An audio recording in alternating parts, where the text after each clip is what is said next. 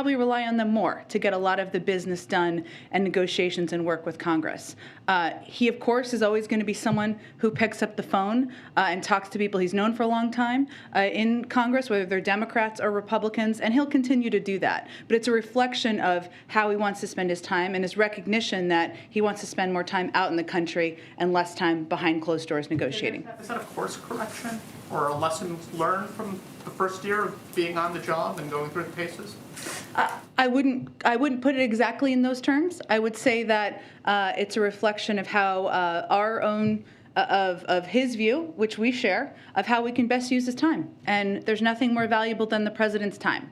But it also means bringing members of Congress with him on the road sometimes. Having them listen to the American people, people who agree with them and don't agree with them. COVID obviously has posed some challenges, but that's what it's a reflection of. The second thing I wanted to ask about yesterday was President Biden said the midterm elections, quote, easily could be illegitimate. Is he predetermining that the November elections are going to be suspect? Well, I talked to the president about this last night and this morning. He was not intending to cast doubt on the legitimacy of the 2020 election. He was actually attempting to make the opposite point, which is that in 2020, despite COVID, despite many attempts to suppress the vote, a record number of voters, Democrats and Republicans, independents too, turned out in the face of a pandemic, and election officials made sure they could vote and have those votes counted. He was also explaining that the results would be illegitimate if states do what the former president asked them to do in more than a half a dozen states in 2020, after the 2020 election, toss out ballots and overturn results after the fact. And his view is that one of the most important roles we can play now is informing and educating the public on what these laws are, on efforts to suppress their vote, and even beyond the laws, efforts in different states across the country to make it more difficult for them. Go ahead, Phil. Thanks, Jen. Just to follow up on that, the president said, predicted that something would get done on the electoral reform side. Senator Manchin said today that he had spoken to the president about the bipartisan effort that's going on related to the Electoral Count Act as well.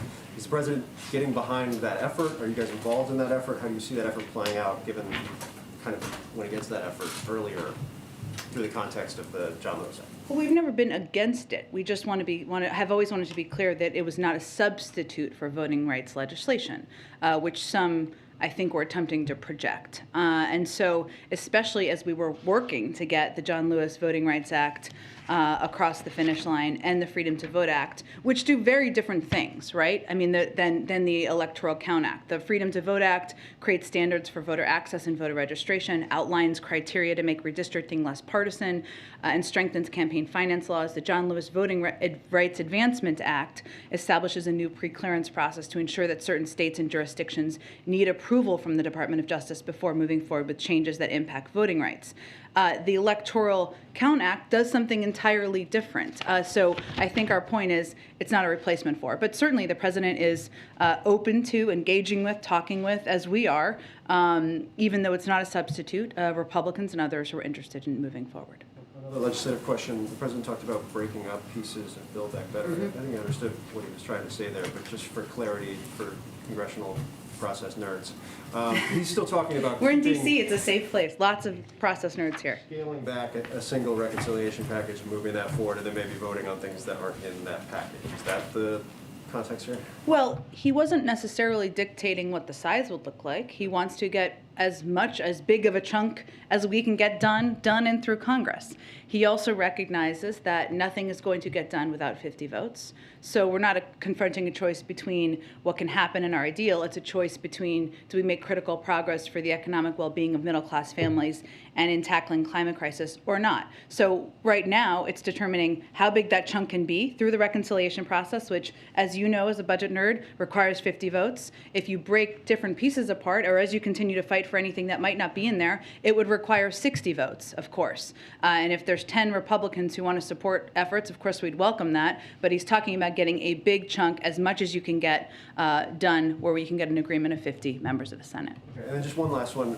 We've seen the president's statement, the tweets, and your statement last night. Has there been any communication directly to Ukrainian officials to address any of their concerns that they had after the press conference? We have been in touch at a high level with Ukrainian officials and leaders. As you may know, Secretary of State has been in Europe. He was meeting with Ukrainian officials a couple of days ago, European leaders earlier today, and he's meeting with his Russian counterpart tomorrow. So we have been in touch at a high level.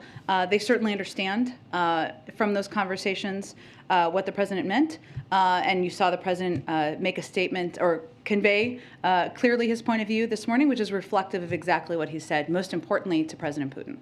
Go ahead. Jen, just to make it very clear, has President Biden spoken to President Zelensky since his comments yesterday? He has not. He has spoken with him a couple of times, as you know, in the last month, but we have spoken at a very high level, but below the president.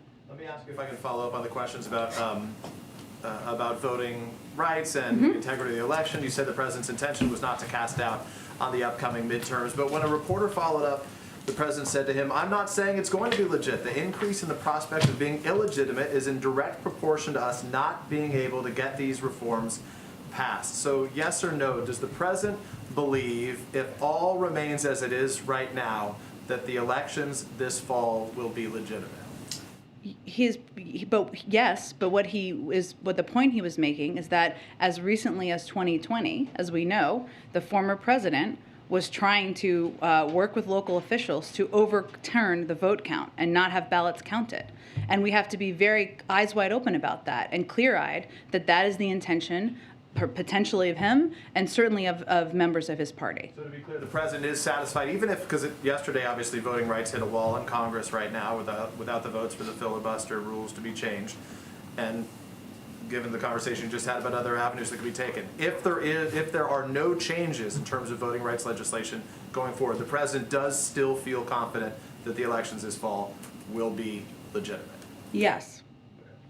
Go ahead. Thank you, Jen. Just following up real quick on this legislative stuff. Yesterday, the president blamed Republicans for blocking his agenda, called them obstructionists, but he admitted that he hadn't reached out to any on the issue of voting rights. So now, given where things stand with these two bills, will he be reaching out to any Republicans, seeing that this bipartisan effort on the Electoral Count Act might end up being the only game in town on that? Well, we don't accept that, but I will also say that there has been discussions between Democrats and Republicans for months now about voting rights legislation. They have been invited multiple times, a part of the conversation, reached out to, engaged with. 16 of them have supported the protection of voting rights legislation in the past and declined to do that this time. They are not uninformed about exactly what this legislation would do, and they've always been welcome to be a part of the conversation. They decided not to, and I think that's important for people to understand. Real quick question on crime, then I want to ask about Ukraine. Ahead of the president's meeting with the mayor's conference tomorrow, some of the biggest headlines this week have been the New York City woman being pushed to her death in a subway, the woman in LA being murdered allegedly by a career criminal. I saw this morning that you went on TV and reiterated the president's position. Yes, on Fox. Thank you for joining us.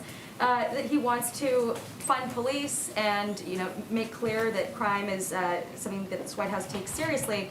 But you guys have not weighed in on the actions from these prosecutors.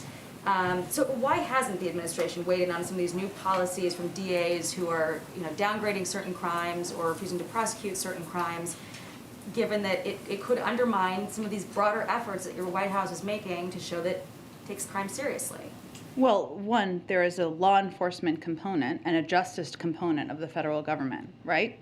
The president has been crystal clear, I think, and almost every time he's spoken about this, that he believes that more needs to be done by local leaders. We're going to support funding to ensure they have that, whether it's local COPS programs or other programs to support surge response teams, as we're seeing different kinds of crime in different parts of the country. And that will continue to be what he advocates for. But I wouldn't expect he's going to comment on or engage in every local law enforcement action. Moving on to Ukraine, bipartisan members of Congress from several different committees this week have been told in briefings that U.S. officials believe Russia is likely to invade Ukraine, despite this continuing narrative that Putin has not made up his mind. They're saying that satellites, signals intelligence, and human intelligence is all telling the same story. What they're seeing and hearing is about to happen. And the president's comments last night seem to corroborate that to a certain degree, where he said, "My guess is Putin will move in."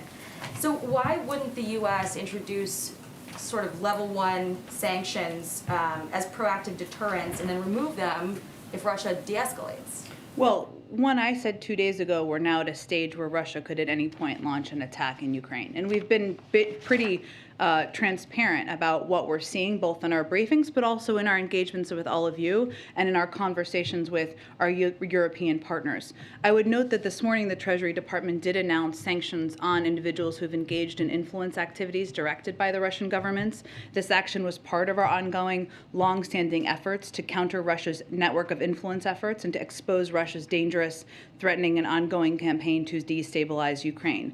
These individuals are at the heart of Russia's destabilizing campaign in Ukraine, and we stand united with the Ukrainian government. We are not waiting to take action to counter Russia. We see what they're doing. We are disrupting it. And these actions are also, of course, separate and distinct from the broad range of high-impact, severe measures we and our allies are prepared to impose in order to inflict significant costs should they invade. The president said he thinks Putin will test the West. Isn't that in some way already happening? And why are we spending this time debating what to do after an invasion rather than mitigate the risk of one in advance of that happening, especially because this buildup is already causing economic consequences for the U.S., having to send additional aid? Shouldn't the threat of an invasion also carry serious economic Well, I consequences? just referred to Treasury sanctions we announced this morning, right? We've also provided more assistance to Ukraine than any year in history, including defense assistance. Those are. But again, what we're making decisions on based on decades of experience the president has and decades of experience of our foreign policy team and through consultation with our partners on what is going to be the most effective step. President Putin is going to make the choice he's going to make. Either he's going to decide to invade Ukraine and suffer severe economic consequences, or he's going to decide to engage in diplomatic discussions. It's important to remember who the aggressor is here. The aggressor is Russia and Putin. They are building up military troops. They are pushing out misinformation in Ukraine. That's who we need to keep our focus on and make sure we're educating the public about their actions. Go ahead. Where do deliberations stand on the broader economic sanctions that you're planning? Has the president given a final sign-off on a package? I don't have an update on that. I believe, Steve, that we're continuing to consider a range of options and haven't ruled out any that have been reported, but I don't have an update on the internal status. Peter asked you whether you've been in touch with the Ukrainians. Yeah. Have any allies sought clarification of the president's remarks? Well, Secretary Blinken saw his European counterparts this morning. I don't have any. I know he just spoke and I think answered questions, but I didn't see the full totality of that. But certainly he reiterated what you heard the president say this morning, what the president has also conveyed directly to President Putin. And we have been in such close contact, I think over 100 engagements over the last several weeks with our European partners and counterparts, with our NATO partners, with the OSCE, with the EU, to make sure we're working in alignment and in lockstep about how we're going to approach any actions President Putin takes. The president talked a little bit about the possibility of another summit with President Putin. What about a phone call over the next few days just to try to fix things? I don't have anything to predict on that front, Steve. I would say that, as you know, last week there were 3 rounds of discussions. This week, Secretary Blinken is, of course, in Europe, and there was also a bipartisan congressional delegation there. The president has been in touch with all of them. I expect when Secretary Blinken comes back, they'll discuss with the national security team what the right next steps are. And last thing, the president's going to meet with the Japanese Prime Minister tomorrow virtually. What are they going to talk about? Are they going to talk about this recent upsurge in missile launches by North Korea? I expect there'll be a range of topics of discussion. He looks forward to meeting with Prime Minister Kishida to further strengthen the U.S.-Japan alliance, deepen ties between our economies and other people, and advance our vision, including about a free and open Indo-Pacific, and that includes security. I think we're going to have a preview call later today, I expect, so I will leave it to our experts to give you more details and information. Go ahead, Cleve. Hey, thanks, Jen. Just a follow-up on going out into the country. Biden conceded that he needed to do more, but I know that there are already folks who have talked to them who are disillusioned with the last year. I wonder if there's a special message that goes out to them, or does the White House worry that it's disillusioned some people, from ever coming back into the fold? Do you mean members of the party or the? Voting rights groups, black voters in, say, places like Georgia and South Carolina. Yeah, look, I think you heard the president say last night, several times, I think, that he was deeply disappointed that voting rights legislation didn't move forward. You've also heard him say, and he would repeat this to advocates who have been fighting so hard since the 2020 election, that he's going to fight until his last breath to ensure there is voting rights legislation that passes. I know today marks 1 year, but that does not mean our work is done. Nobody's packing up their bags. We are continuing to fight and continuing the work ahead.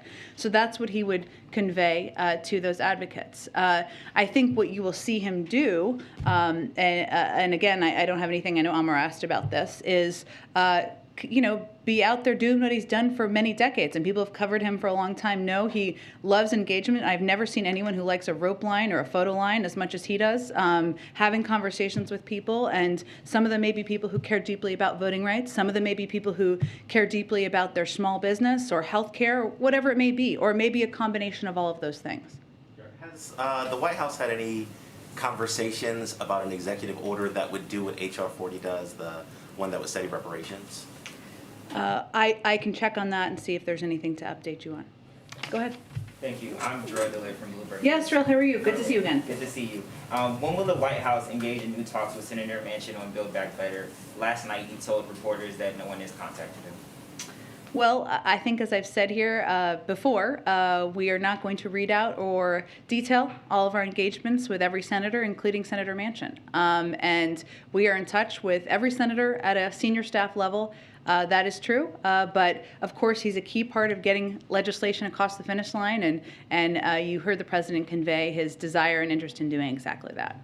Will a new Build Back Better proposal be forthcoming without the expanded child tax credit? I'm not going to prejudge what it's going to look like. The president proposed an extension of the child tax credit because it's something he very much believes in. It helped cut childhood poverty by 40% last year. That's significant. A lot of families, it helped a lot of families get them some breathing room, help them make ends meet. But again, what the president knows is that there is agreement in Congress among Democrats about a couple of things. Doing more to lower costs, lowering costs for childcare, for health care, negotiating with prescription drugs, and we got to figure out what we can get in a big chunk of a package to get it across the finish line, but I'm not going to negotiate from here. Go ahead. Thanks. I have questions today on East Asia and also on Iran. Okay. Starting with East Asia and the upcoming U.S.-ASEAN summit. Mm-hmm. Can you just talk a little bit about how important ASEAN is for U.S. policy in the region and how you view specific ASEAN members in those goals, in the context of those goals? Well, I think what you've heard the president talk about before as it relates to how he was going to approach, and even if we reflect back on the first year, rebuilding our partnerships and alliances, and some of those are through pre-existing structures like ASEAN, some of them are through direct bilateral relationships, has been a priority for the president from the beginning because he thinks it will strengthen our objective of advocating for human rights, for global security, and for even working in conjunction to address big global problems, right? Like the global economy or the COVID crisis. In terms of the exact agenda, I don't have the details of that yet. I'm sure we will preview it as we get a bit closer. But it's another opportunity for him to have conversations about how we can work together and how we can rebuild a lot of the relationships that were destroyed over the 4 years prior to him. Well, then quickly on China before I move on to Iran. The president said yesterday that he's not ready to lift tariffs on Chinese imports, but the Chinese Ministry of Commerce fired back and said that if he were to do so, it might ease inflation and make things easier for both manufacturers and consumers in China and in the U.S. Is that a tool that he might consider to fight inflation? Well, we are undergoing a review of all of these and looking at how they impact different industries. That effort is being led by Ambassador Tai, as you know. Some of them have not hurt industries, some of them have, and we're certainly, but I don't have anything to preview on that front. It's really being led by Ambassador Tai. And then finally, on Iran, the president was quite optimistic yesterday. What is the source of his optimism? Has he received any assurances from Iran's supreme leader? And is the U.S. planning to deliver on the guarantees that Tehran is seeking? Well, I think it depends on what Iran's willing to bring to the table. So the president is always going to, he believes that diplomacy is the first best option. And we are engaged, I believe it's the 8th round of talks now, if I'm remembering my numbers, 8th round of talks. And we are going to see what happens. He also, several weeks ago, asked his team to prepare a range of options as well. So that has also happened. I mean, there are realities, though, here of what we're looking at because of the decision by the last president to pull out of the Iran nuclear deal, which means Iran is much closer to developing the fissile materials they need. We don't have no transparency or visibility as we had when we were in the deal. There have been more attacks around the world on our allies and partners. So there are some realities of the challenging circumstances we're in because of the decision made by the former president. And his team at the time, I would remind everyone, promised they would negotiate a stronger deal, that these things wouldn't happen. That was not true. So here we are, we're in the diplomatic negotiations, and we've been very clear about where we stand on what we would agree to. But again, I don't have anything to read out for you beyond the status of where they are now. Go ahead. Jen, thanks. I wanted to ask you about your statement last night that came out after the president's press conference. You said in that the president was aware the Russians have an extensive playbook of aggression short of military action, including cyber attacks and paramilitary tactics. Was the implication of this, that his statement didn't quite say it, that when the president used the words minor incursions, he had the paramilitary actions and the cyber attacks in mind? Yeah. Okay. So. And he should, and later on he said cyber attacks, right? But not in the first answer. That's right. So, are we to conclude from that then that paramilitary action and cyber attacks would not necessarily trigger the full sanctions or get unanimity within NATO to do that? Because that was the context of his minor incursions. Well, I think, David, and obviously you closely covered, as others did, back in 2014 as well. So that was a reference in part, or what he was doing is referencing what we've seen in terms of tactics during that period of time and since that time, of course, right? The little green men, cyber attacks, et cetera. I think we have a range of the point he was making is that we have a range of tools, right? I'm not going to outline for you here, what if this, what if that. I think what should be clear to everyone, and I think he was very clear on this morning, is that if President Putin decides to invade Ukraine, if they move military troops, across the border, that's an invasion, and there will be severe economic consequences. We also know that we need to be prepared for a range of scenarios, and we have a range of tools and tactics at our disposal. Obviously, we just announced sanctions this morning, and they have not invaded. So I'm not going to parse more than that, other than to convey that we've seen them use a range of tools.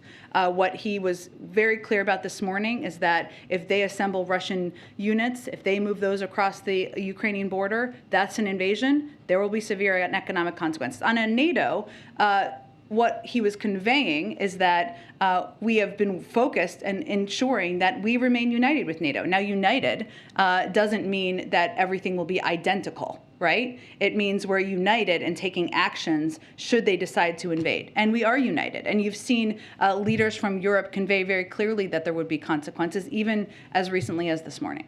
I guess this will be the last one on this, but where I'm headed is, for 5 or 6 years, even back to when you were in the Obama administration, you may recall there's been an effort to try to bolster particularly cyber deterrence by not making a distinction between what you could do with the cyber attack and what you could do with a physical attack. And obviously the Russians have turned off the power in Ukraine twice, in 2015, 2016. They've messed with an election in Ukraine before they came here.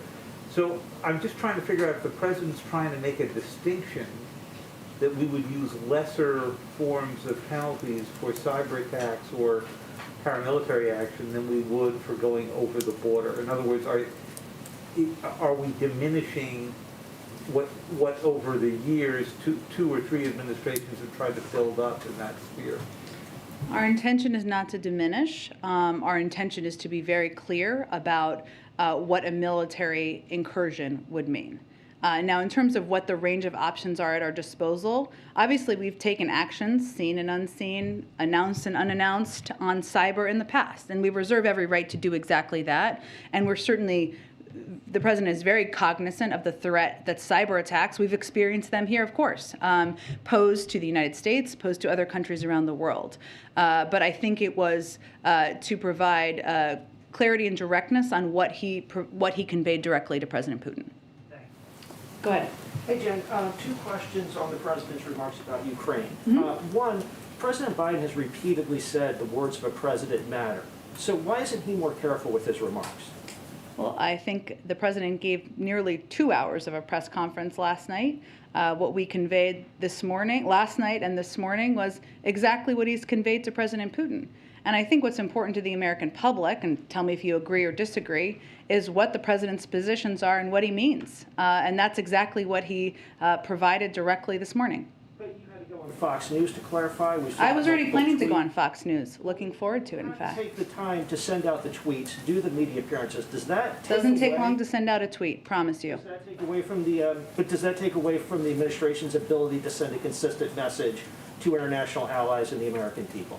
I can assure you that our allies and partners know exactly what the president's position is. They knew what it was yesterday. They knew during the press conference. They knew after the press conference, because we have been engaged closely and working in lockstep with them for weeks on the rising military incursion or threat posed by Russia.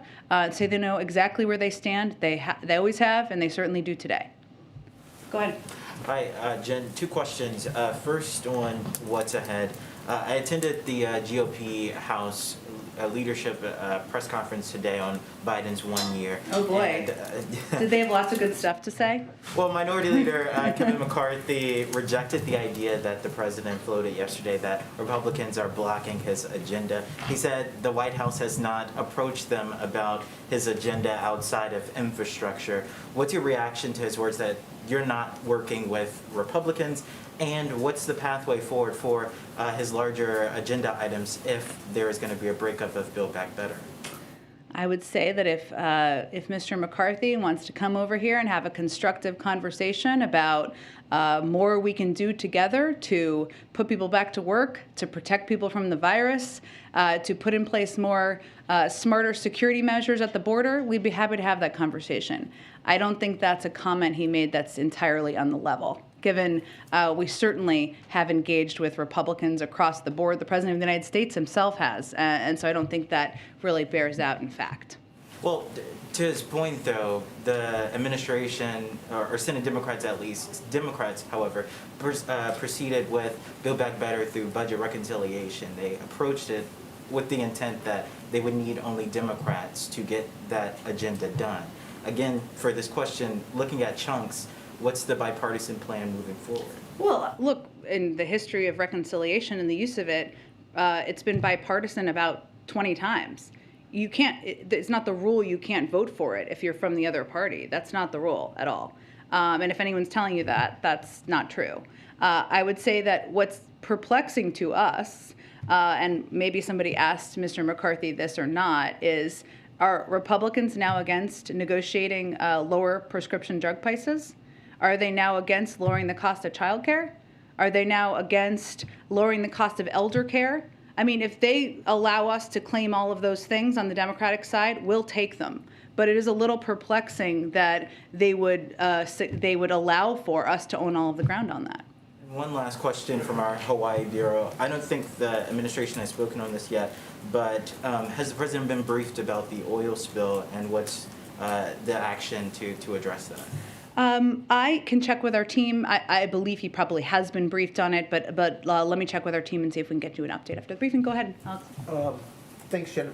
3 questions, if you can humor me. First, in response to my colleague on crime, you said local leaders, more needs to be done by local leaders. Is that going to be part of the message tomorrow when the president meets with mayors that, this is an issue that is under their control and they need to handle it so it doesn't sort of come back to you in the way that it seems to be doing? Well, that's not exactly our message. I mean, actually, what we've conveyed very clearly in the president's budget includes is a plus up of a lot of the funding for the COPS program, for example, a significant plus up of several $100 billion from the last president, because we know that local communities, local COPS programs need that funding. There's different crime challenges in different communities. It is important for local leaders to step up if they see crime in their communities. There's a lot the president will discuss with the mayors tomorrow. I haven't had a chance to look at the remarks yet and see if that's a part of it. Second question, there's a conversation brewing that I'm sure you're aware of about the direction of the Democratic Party, and it's no longer just sort of confined to the Substack discontents. The Times has this focus group that they published a sort of transcript of that Frank Luntz, your favorite pollster, held in. One voter no says, issue with Franklin. Okay. And one voter says, I just want to send a message. I think the Democratic Party is nuts at the moment, and the only way I can send that message is with my vote. And then another voter responds to that, yeah, the progressives have taken over the Democratic Party. I just want you to respond to that and to the broader criticisms that the administration is being moved too far to the left, and that could present challenges down the road for you. Well, I'm not going to respond to individual people in focus groups, but I will tell you that the president's view and our view is that his agenda is one that is broadly popular in the country among many progressives, but also among many moderates and, frankly, many Republicans who are maybe not sitting in this zip code, but are members of the public writ large. And that's because negotiating the price of prescription drugs is something people think is long overdue. That's because a lot of people can't afford the cost of childcare. It is prohibitively expensive. That is why 2 million women, in part why 2 million women are not in the workforce. A lot of people don't know how to afford elder care, especially when they're paying also for childcare. People don't know how to get universal pre-K for their kids, or they can't afford to do it. They put them in daycare, making them less likely, by data, less likely to graduate from college. Those are things that are American issues. They're not democratic or progressive issues. And his agenda is broadly popular across the spectrum. We also know that that there are challenges that the American people is going through a lot right now. And we've talked about this before, but obviously we're at a point where we're still fighting a pandemic. We didn't think we'd still be there. That's frustrating to people, no matter what wing of the party or whether you're a Republican. It's frustrating to everybody. We certainly understand that, and we know that's why we need to focus on getting the pandemic under control and continuing to address costs. That actually gets to my final question, and I appreciate being able to ask Sure. all three.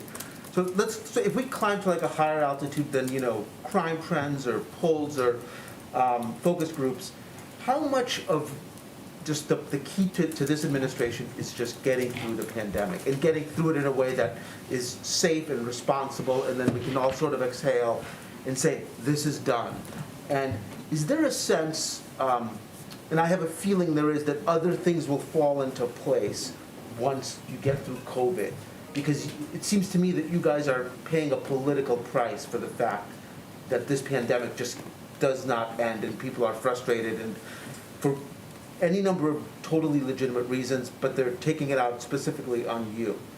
Well, we know that COVID, the fact that we're still fighting a pandemic, is on the minds of nearly every American. Of course it is. It impacts their daily lives and how they're living their lives. They can't go to concerts or restaurants. You worry about your kids going to school. And life doesn't look the same as it looked a couple of years ago.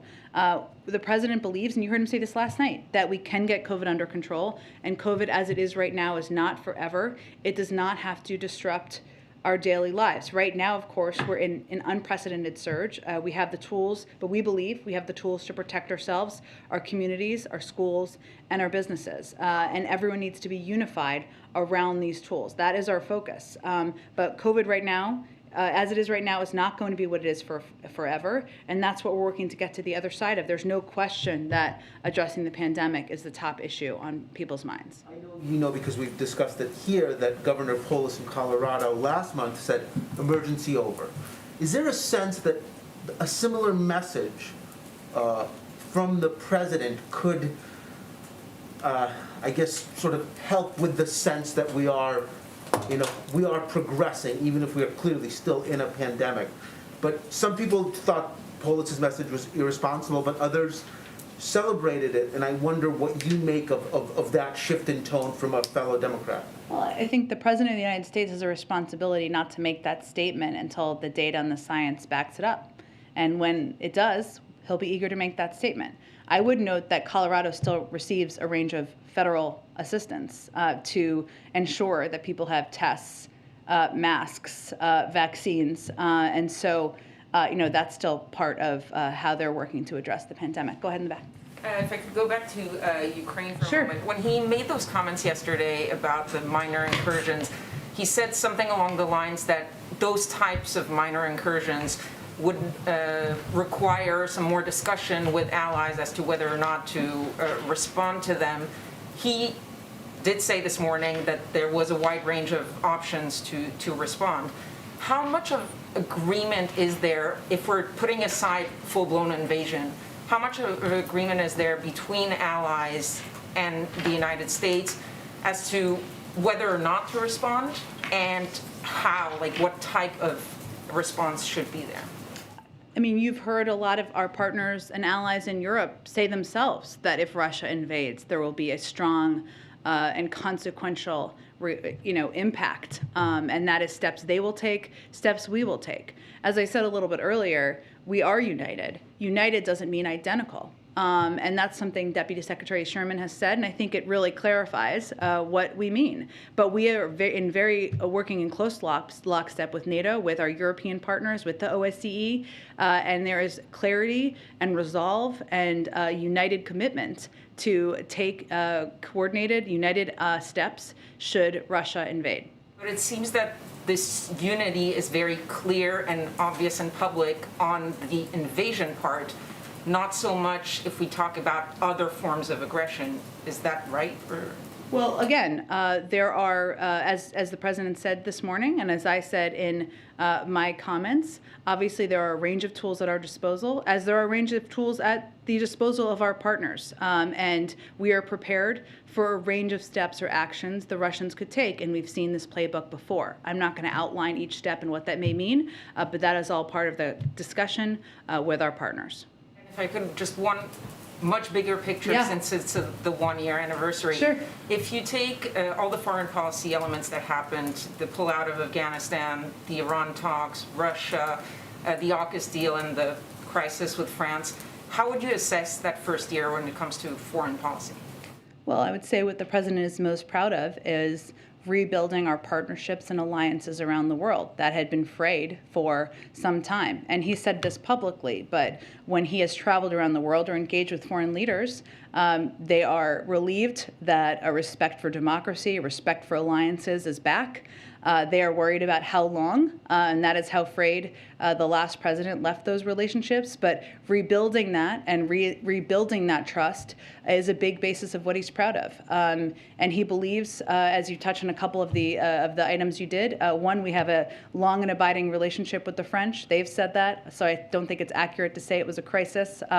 Two, he still stands by his decision to end a failed 20-year war in Afghanistan, one that he felt we were fighting too long and spending $1 billion a week. So he certainly stands by that decision. I don't remember what your third one was, but I think the rebuilding our alliances and partnerships is something he feels will be an important baseline to build upon as we look to continue to address a range of global issues moving forward. Go ahead. Thank you, Jen. Two questions. First, on the pandemic. Obviously, the billion tests that have been ordered, the deploying of the mask reserve, so to speak, all these things, and probably the need for more orders of therapeutics or the various treatments that are coming online, all of this is going to cost more money. There's been some dispute or question as to whether or not there's another request coming from OMB and whether or not there's any sort of unusual supplemental funding that's going to be needed. Is there any update on where that stands and when we may see anything on that front? Well, as Speaker Pelosi said last weekend, and we agree with this, we're never going to let resources stand in the way of addressing the pandemic. I think I paraphrased that. It was different words, but you get what I'm saying. And that remains the case.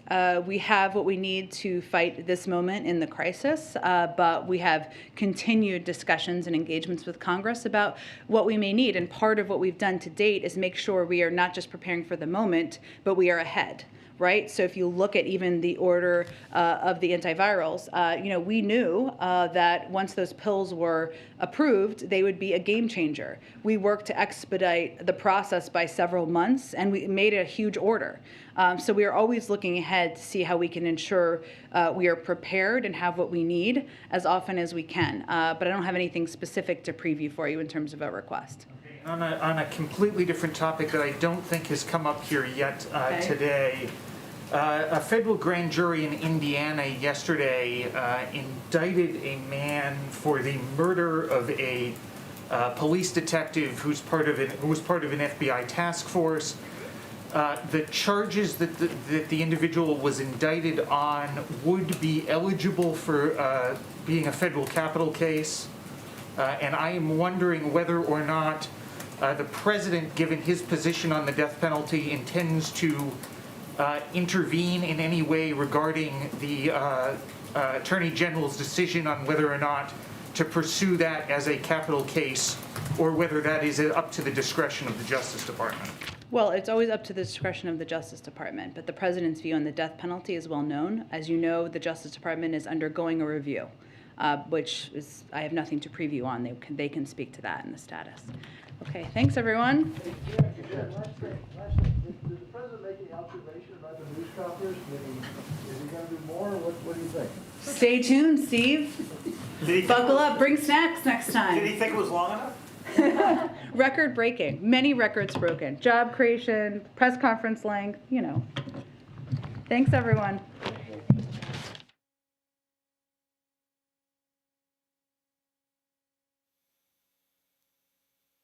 You've been listening to White House Press Secretary Jen Psaki holding the daily press briefing. The press secretary fielded questions about the president's news conference last night. She said the president plans to travel around the country and explain his agenda directly to the American people. She added that although the president was disappointed with the voting rights vote in the Senate last night, he remains committed to making lasting reforms. Psaki also said the president will continue to fight for elements in the Build Back Better plan. We're going to take a quick break now, but we've got a lot more news ahead, so stay with us. You're streaming CBSN, always on.